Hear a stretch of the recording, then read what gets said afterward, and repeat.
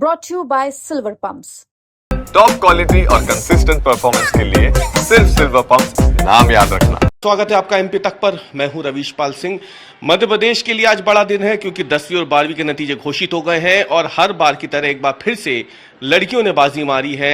लड़कों से काफी ज्यादा आगे रही हैं वो रिजल्ट के मामले में। न केवल 10वीं और 12वीं में टॉप करने वाली दोनों लड़कियां हैं बल्कि मेरिट लिस्ट में भी लड़कियों का नाम सबसे आगे है। और ऐसी ही एक इशिका कपूर हैं जिन्होंने मेरिट लिस्ट में 10वीं में 9वां स्थान हासिल किया है। भोपाल की रहने वाली हैं इशिका, लेकिन इशिका से हम बात इसलिए कर रहे हैं क्योंकि मेरिट लिस्ट में तो इशिका ने जगह बनाई है, लेकिन जिन संघर्षों को पार करके इशिका यहां तक पहुंची है वो अपने आप में वाकई काबिल गौर करने वाली बात है और इसीलिए हम इशिका से आज बात कर रहे हैं। सबसे पहले तो इशिका आपको बहुत बहुत बधाई कि आपने इतने अच्छे अंकों के साथ मेरिट लिस्ट में अपनी जगह बना दी है। लेकिन हम जब आपको देख रहे थे, आपका हमने पुराना भी रिकॉर्ड देखा, तो 9th तक तो आपके बड़े एवरेज नंबर्स ये सब रहे। 10th में अचानक से ये आप मेरिट लिस्ट में आई हैं, तो इसके पीछे की एक बड़ी वजह क्या आपको लगती है? मेरे हिसाब से थैंक यू, पहले तो आपने मुझे कंग्रेचुलेट किया।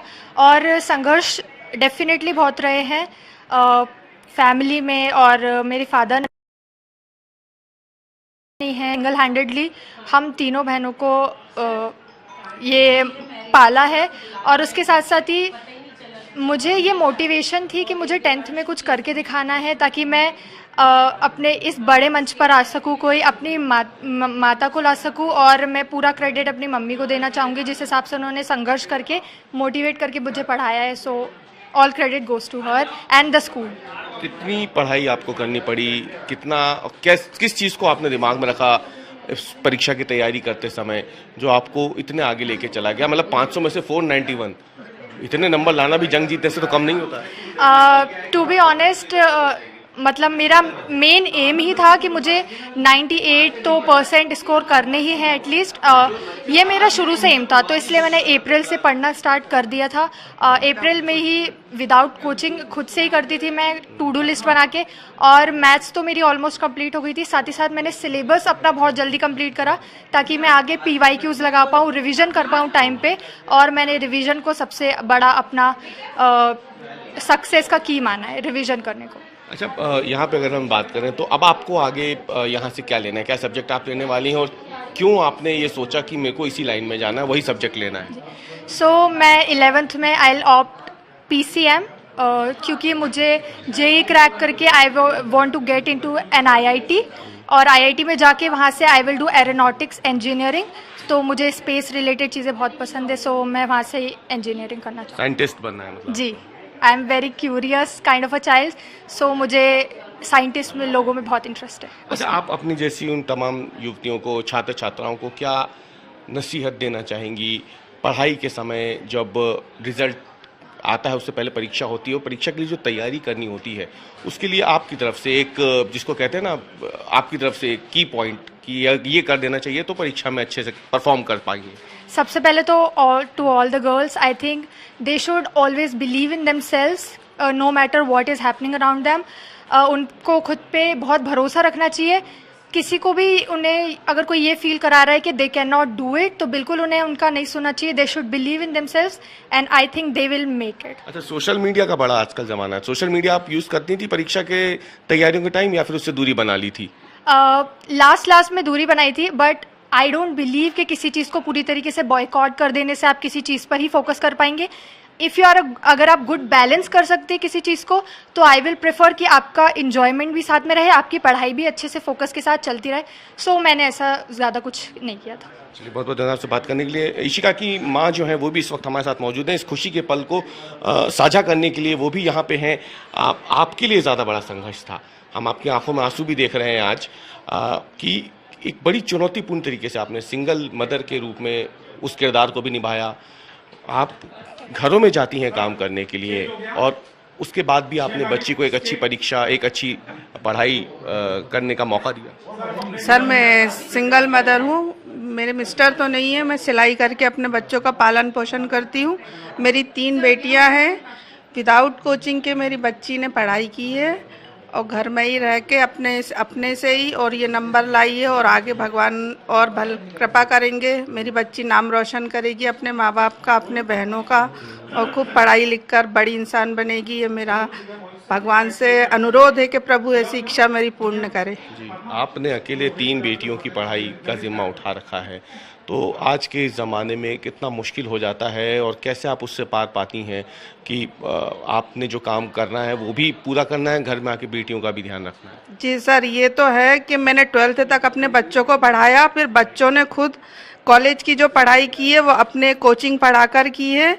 मेरी बड़ी बेटी जो है वो 12th के बाद कोचिंग पढ़ाया उन्होंने, और उससे अपनी कॉलेज की और अपनी ज़रूरतों की फ़ीस करके उन्होंने भी पूरी पढ़ाई कंप्लीट कर पीजीडीसी करके आज ऑनलाइन होमवर्क कर रही हैं, जिससे वो मेरी मदद करती हैं। वो पैसों में बच्चों की सहायता में काम करने के लिए ऐसे हम माँ बेटी अपना घर चला रहे हैं। और ऐसे ही हमने अपनी बेटी को खूब साथ में पढ़ा लिखा के उसे मोटिवेट किया कि बेटा पढ़ना है, अपनी आर्थिक स्थिति ठीक नहीं है, आप अपने से पढ़ लिख लोगे तो अपने संघर्ष के लिए, अपने जीवन के लिए कुछ कर पाओगे। तो मेरी बेटी ने भी मेरी मन की इच्छा पूरी करी और 10वीं में इतने अच्छे अंक लाई। तो आप देख सकते हैं आंसू भी हैं, लेकिन ये खुशी के आंसू हैं, क्योंकि इतना सोचा नहीं था कि जो काम उनकी माँ करती हैं उसके बावजूद उन्होंने अपनी बच्ची को एक बहुत बेहतर तालीम दी, इतनी अच्छी तालीम दी है कि वो आज प्रावीण्य सूची में आई है, मेरिट लिस्ट में आई है। प्रिंसिपल भी इस वक्त हमारे साथ मौजूद है इस मौके पे बात करने के लिए।